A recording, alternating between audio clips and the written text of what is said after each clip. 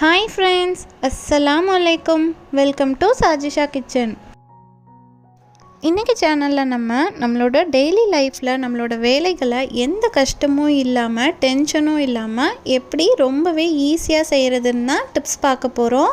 இந்த டிப்ஸ் எல்லாம் நீங்கள் தெரிஞ்சு வச்சுக்கிட்டிங்கன்னா இனிமேல் நீங்கள் வேலை செய்யும்போது கை வலிக்குதுன்னு சொல்லவே மாட்டீங்க. இந்த வீடியோ உங்கள் எல்லாருக்கும் ரொம்பவே யூஸ்ஃபுல்லாக இருக்கும். ஸோ வீடியோவை ஸ்கிப் பண்ணாமல் ஃபுல்லாக பாருங்கள். வாங்க ஃபஸ்ட்டு டிப்ஸ் என்னென்னு பார்க்கலாம். எப்போவுமே நீங்கள் எக்ஸை குக் பண்ணுறதுக்கு முன்னாடி தண்ணியில் ஒரு வாட்டி நல்லா வாஷ் பண்ணிவிட்டு அதுக்கப்புறமா குக் பண்ணுங்கள். நான் இன்றைக்கி எக்ஸை பாயில் தான் பண்ண போகிறேன். எக்ஸை பாயில் பண்ணதுக்கப்புறமா அதை கொஞ்சம் கூட ஓட்டில் ஒட்டாமல் பிரித்து எடுக்கிறது நமக்கு கொஞ்சம் கஷ்டமாகவே இருக்கும். இன்றைக்கி நம்ம ரொம்பவே ஈஸியாக கொஞ்சம் கூட முட்டை ஓட்டில் ஒட்டாமல் எப்படி ரிமூவ் பண்ணுறதுன்னு தான் பார்க்க போகிறோம். அதுக்கு நம்ம இந்த மாதிரி தூக்கி போடுற வெங்காய தோல் எடுத்துக்கலாம். இதை நம்ம எக் பாயில் பண்ணுற கிண்ணத்தில் ஆட் பண்ணிக்கலாம். அதுக்கப்புறம் எப்பவும் போல் 10 மினிட்ஸ் நம்ம எக்ஸை நல்லா பாயில் பண்ணி எடுத்துக்கலாம். நீங்கள் வினிகர் இல்லைனா சால்ட்டை எக் பாயில் பண்ணும்போது ஆட் பண்ணினா கூட ஷெல்லிலேருந்து முட்டையை ஈஸியாக ரிமூவ் பண்ணலாம். பட் அந்த மாதிரி ஃபுட் ஐட்டம்ஸ் ஆட் பண்ணுறதை விட இந்த மாதிரி தூக்கி போடுற பொருள் ஆட் பண்ணும்போது நமக்கு அந்த பொருள் கொஞ்சம் சேவ் ஆகும். இப்போது தண்ணி நல்லா சூடு ஆறுனதுக்கப்புறம் பாருங்கள், நம்மளோட முட்டையோட கலர் ஒரு மாதிரி எல்லோயிஷாக சேஞ்ச் ஆகிருக்கு. இப்போது நம்ம அந்த முட்டையை தரையில் நல்லா டேப் பண்ணிவிட்டு அதுக்கப்புறமா நம்ம தோல் உரித்தோன்னா கொஞ்சம் கூட அந்த ஒயிட் லேயர் ஷெல்லில் ஒட்டாது. ரொம்பவே ஈஸியாக முட்டையை ஓட்டிலேருந்து கழட்டி எடுத்துடலாம். பாருங்கள், நம்ம எத்தனை முட்டை வேணாலும் இந்த மெத்தடில் ஃபாலோ பண்ணி கொஞ்சம் கூட பிசுறு இல்லாமல் ஈஸியாகவே ஓட்டிலேருந்து ரிமூவ் பண்ணிடலாம். பாருங்கள், நம்ம 2 முட்டையும் கொஞ்சம் கூட வேஸ்ட் ஆகாமல் மொழுன்னு உருண்டையாக உரிச்சு எடுத்துட்டோம். இப்போது இந்த முட்டை வேக வச்ச தண்ணியை கூட நம்ம வேஸ்ட் பண்ணாமல் நல்லா வடிகட்டிட்டு செடிகளுக்கு ஊற்றலாம். இது நல்ல ஃபர்டிலைசர். இப்போது செகண்ட் டிப்ஸ் பார்க்கலாம்.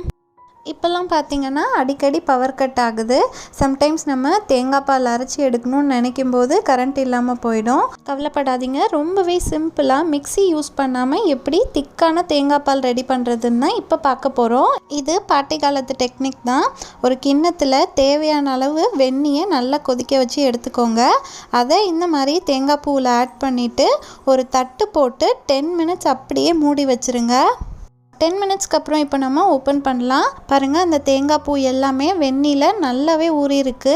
இப்போது இந்த மாதிரி ஒரு மேஷர் வச்சு நீங்கள் நல்லா ப்ரெஸ் பண்ணி விட்டிங்கன்னா அந்த தேங்காய் பூவில் இருக்க பால் எல்லாமே ஈஸியாக பிரிஞ்சு வந்துடும். அதுக்காக தான் இந்த மாதிரி மேஷர் வச்சு நம்ம ப்ரெஸ் பண்ணி விடுறோம்.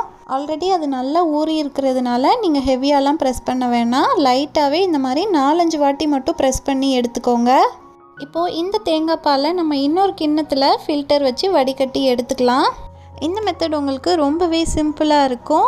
மிக்ஸி, கிரைண்டர்னு எந்த எலக்ட்ரிக்கல் அப்ளையன்சஸும் யூஸ் பண்ணாமல் ரொம்பவே சிம்பிளாக தேங்காய் பால் எடுத்துடலாம். இப்போது இந்த மாதிரி ஒரு ஸ்பூன் வச்சு மேலே ப்ரெஸ் பண்ணி கொடுத்தீங்கன்னா அதில் ஒட்டி இருக்க தேங்காய் பாலும் உங்களுக்கு கீழே ஃபில்டர் ஆகி கிடச்சிரும். இந்த தேங்காய் பூவையும் நீங்கள் வேஸ்ட் பண்ணாமல் ஏதாவது பொரியல் செஞ்சிங்கன்னா அதில் தூவி விட்டு கிளறி விட்டுக்கலாம். நம்ம நார்மலாக அரைச்சி எடுக்கிற தேங்காய் பால் அளவுக்கு இல்லைனா கூட இந்த தேங்காய் பாலும் பாருங்கள் ஓரளவுக்கு நல்லா திக்காகவே இருக்குது. உங்களுக்கு பார்க்கும்போதே அதோட திக்னஸ் நல்லாவே தெரியும். நீங்களும் இனிமேல் எமர்ஜென்சி டைமில் இந்த மெத்தட் ஃபாலோ பண்ணி தேங்காய் பால் ஈஸியாக எடுத்துக்கலாம். இப்போது அடுத்த டிப்ஸ் பார்க்கலாம். உருளைக்கிழங்கை எப்படி கஷ்டமே இல்லாமல் ஈஸியாக தோல் உரிக்கிறதுன்னு தான் இப்போ பார்க்க போகிறோம். நீங்கள் குக் பண்ண போகிற உருளைக்கிழங்கை நல்லா தண்ணியில் வாஷ் பண்ணி எடுத்துக்கோங்க.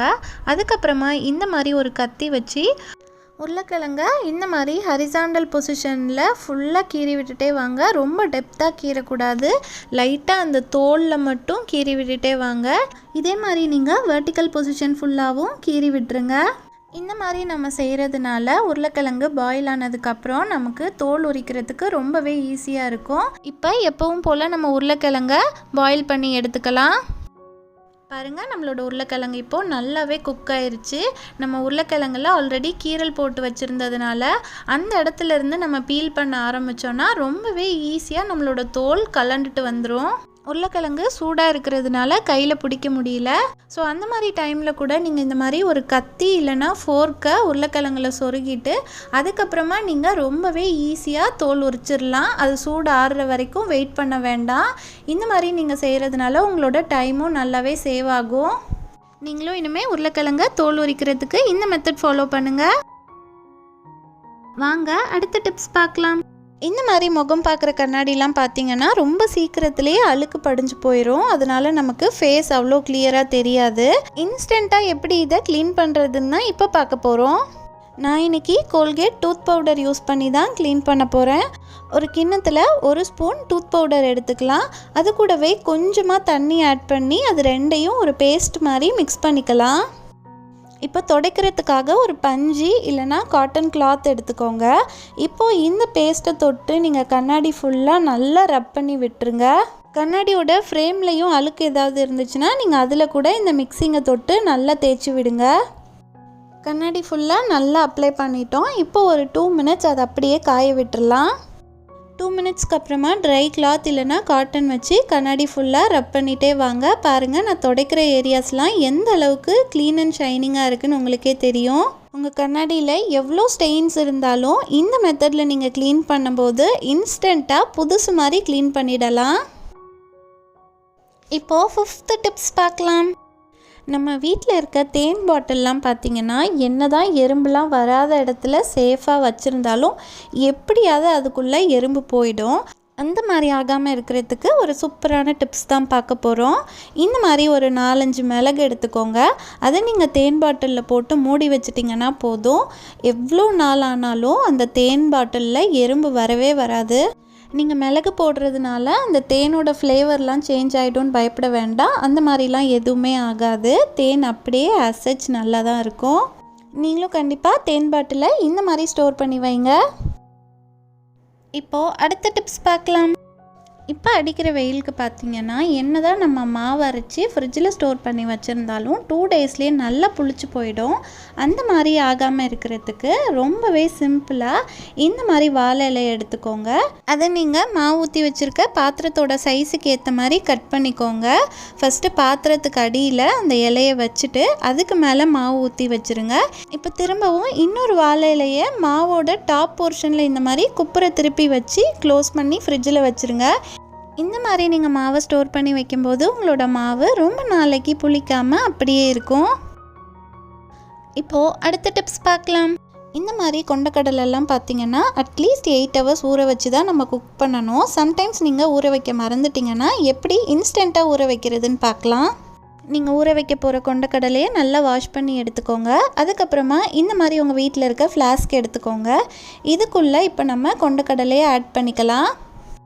கொண்டக்கடலையை ஆட் பண்ணதுக்கப்புறமா நல்லா கொதிக்கிற வெந்நீர் எடுத்துக்கோங்க. அதை அந்த ஃப்ளாஸ்கில் நம்ம ஊற்றிக்கலாம். இப்போ இந்த ஃப்ளாஸ்க்கை க்ளோஸ் பண்ணி நம்ம ஒரு 45 மினிட்ஸ்லேருந்து 1 ஹவர் வரைக்கும் அப்படியே விட்டுடலாம். 1 ஹவர் ஆயிடுச்சு. வாங்க இப்போது ஃப்ளாஸ்க்கை ஓப்பன் பண்ணலாம். ஃப்ளாஸ்க்குங்கிறதுனால வெந்நியோட சூடு கொஞ்சம் கூட குறையலை, இன்னும் கொதிக்க தான் இருக்குது. இப்போ இதை நம்ம ஒரு கிண்ணத்துக்கு ட்ரான்ஸ்ஃபர் பண்ணிக்கலாம்.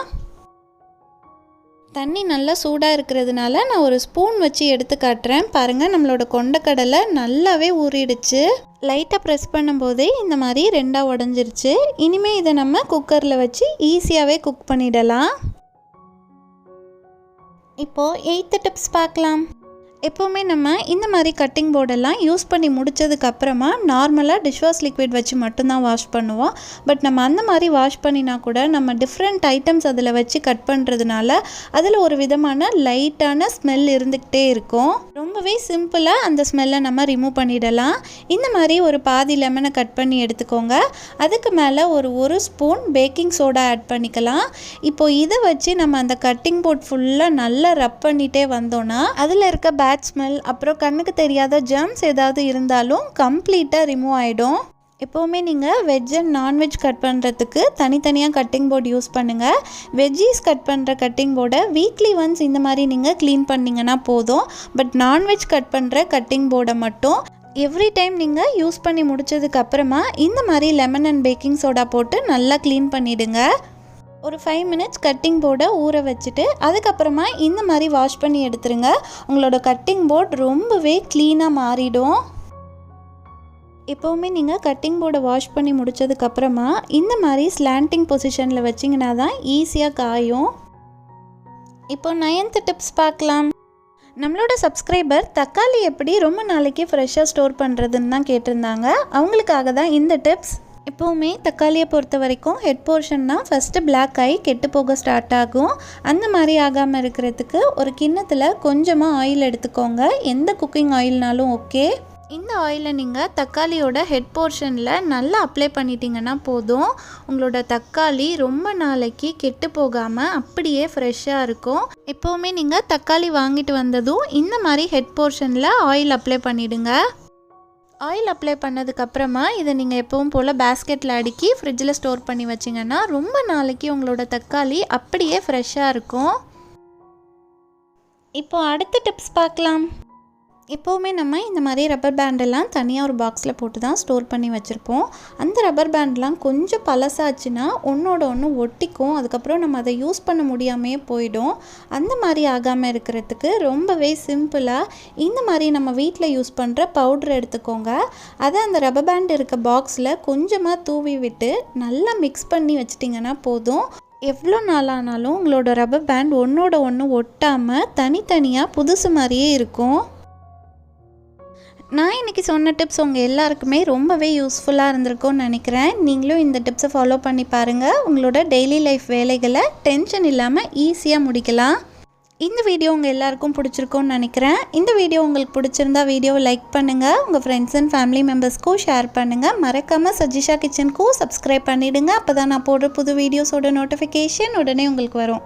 இதே மாதிரி நிறைய டிப்ஸ் வீடியோஸ் நம்மளோட சேனலில் இருக்குது. அதோட லிங்க் நான் உங்களுக்கு டிஸ்கிரிப்ஷனில் கொடுக்குறேன். உங்களுக்கு டைம் இருந்தால் அதையும் பார்த்து என்ஜாய் பண்ணுங்கள்.